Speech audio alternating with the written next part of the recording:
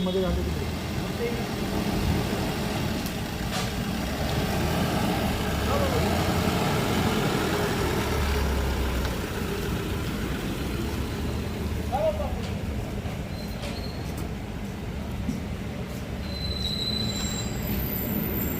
9:30च्या दरम्यान हे अपघात गोसमगुंडे पेट्रोल पंप जे की बंद पडलेला आहे.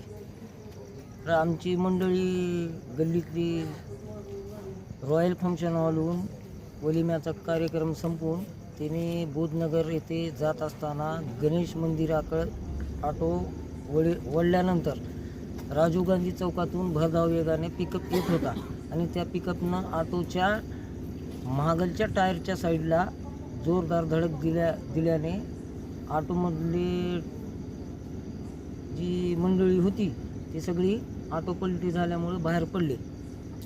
तर तिथं आम्ही त्यांच्या मागे टू व्हीलरवर येत असताना आम्ही ते अपघात बघितल्यानंतर आम्ही त्या सगळ्यांना उचलून आपलं शासकीय